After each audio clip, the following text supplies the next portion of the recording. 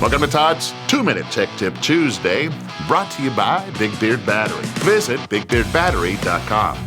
So what I'm going to do is I'm going to talk about 5 things you should never do in the RV. Now, I know that some of these, the subject matter, may be controversial.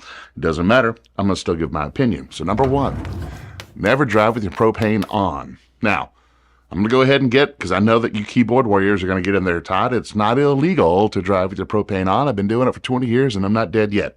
Totally get that, okay? But let me go over the reasons why I say you should never drive with your propane on. 1, in order to have your propane on, that means we have propane pressure sitting at our appliances. And the whole reason to have your propane on means that we're actually using it. And if we're using it, that means we're combusting. There's a flame there. Most all of our appliances, except for the generator, combust with that flame on the outside. In other words, we're using air for that combustion, and that air takes place on the outside. Well, the problem with that is, as you're traveling down the road, all of that air pulls on that flame. And not having the flame in the proper location can cause our appliances to fail or could potentially cause a fire. Now, for those of you keyboard warriors, hey, it's not illegal. There's actually 2 places where it is illegal. That is pulling into fueling stations and, of course, going into tunnels.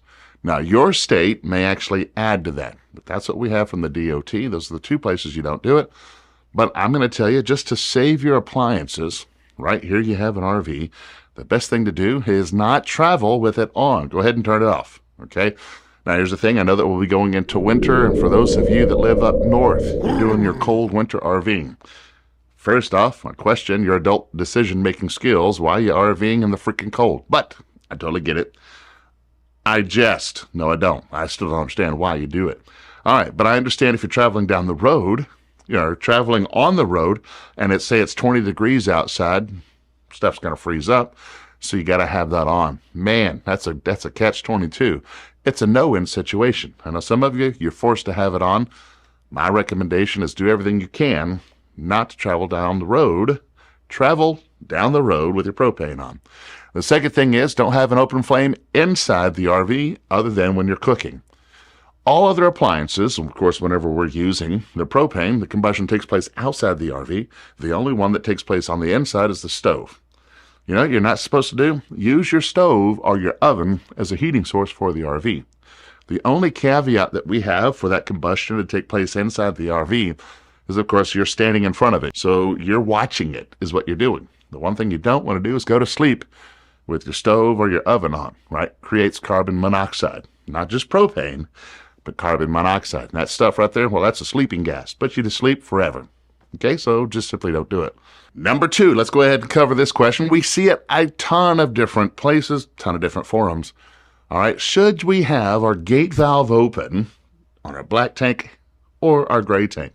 Can I tell you, for best practices, leave your tanks closed until you're ready to dump, okay?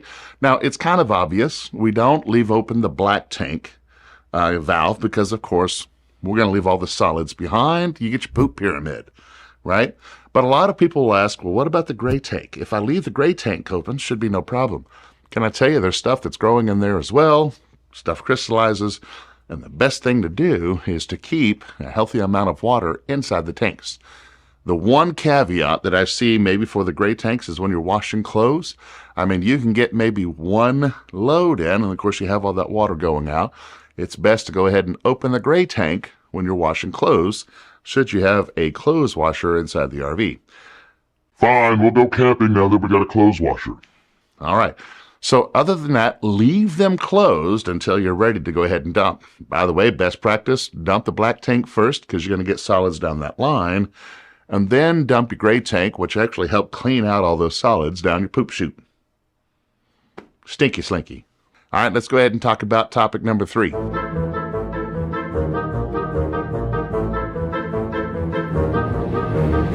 All right, so not going to talk about how to repair awnings, but basically the best practices on using them. First and foremost, as I always say, if you're the only one with the awning out at an RV park and no one else has the awning out, they know something you don't.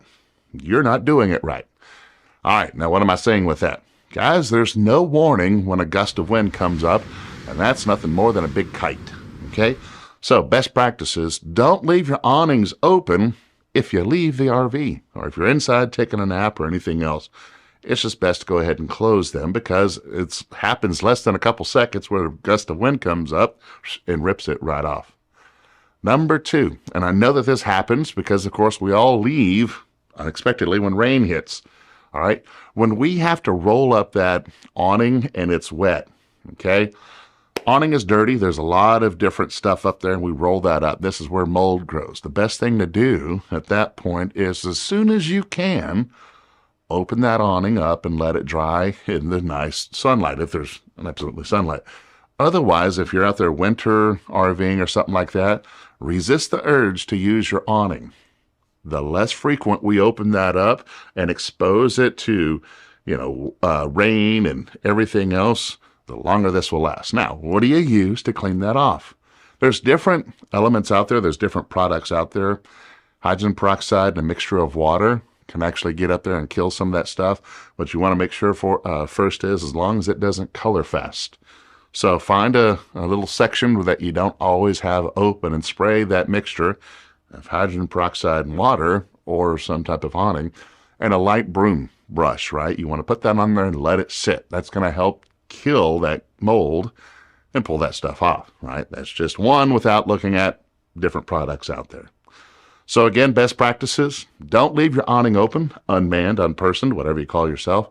And second, when you do put it up wet, try not to, do everything you can to open it back up and let it dry before storing it.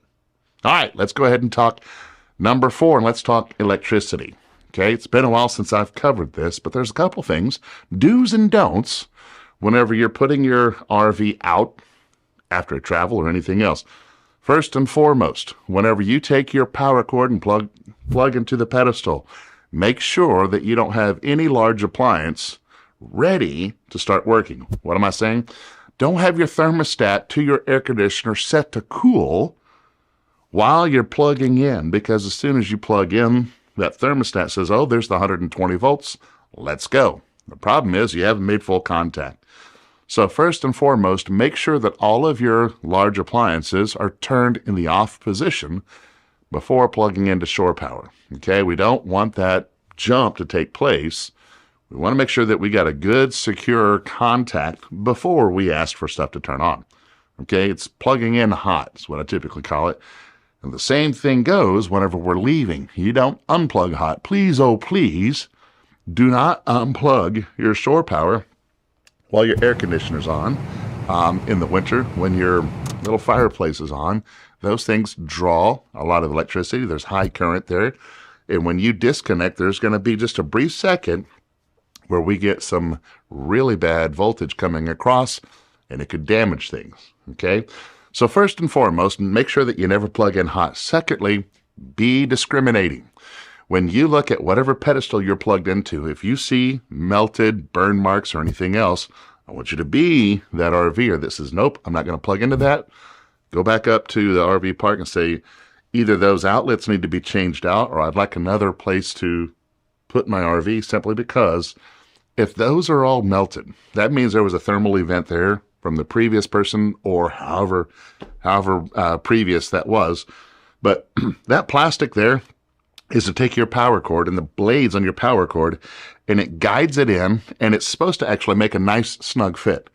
And when they're melted away, I no longer have that nice snug fit. And it could be that I have a loose connection. Well, a loose connection is one of the worst things that we can have, because those electrons are going to jump. They're going to burn up your cord. You're going to have to spend a couple $100 replacing that. And we don't know what it's going to do to whatever high amp appliance, such as your air conditioner, how it's going to mess that up. Okay? So be discriminating when you're looking at that shore power. Do not plug into it if it looks like it's melted. Okay? Just simply don't. Protect your investment.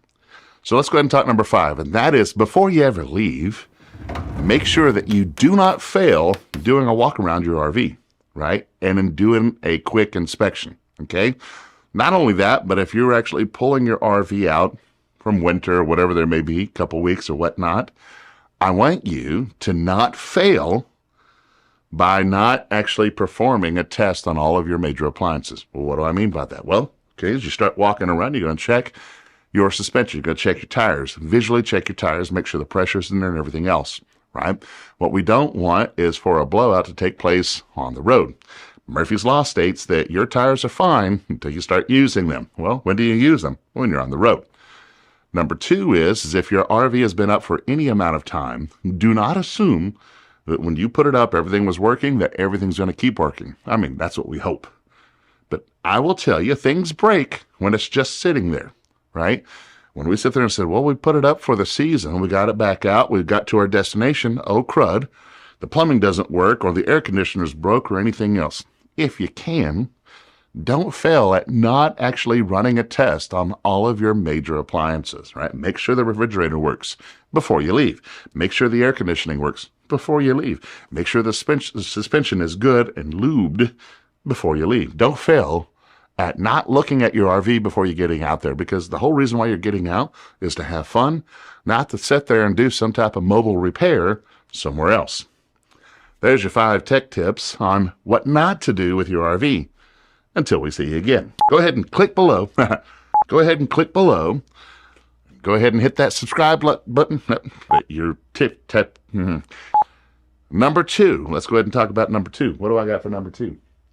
For those of you like, what's a poop chute? Don't type that in. You type in poop chute, you might see something you really wasn't intended to see. Don't listen to the name of the, Bam. All right.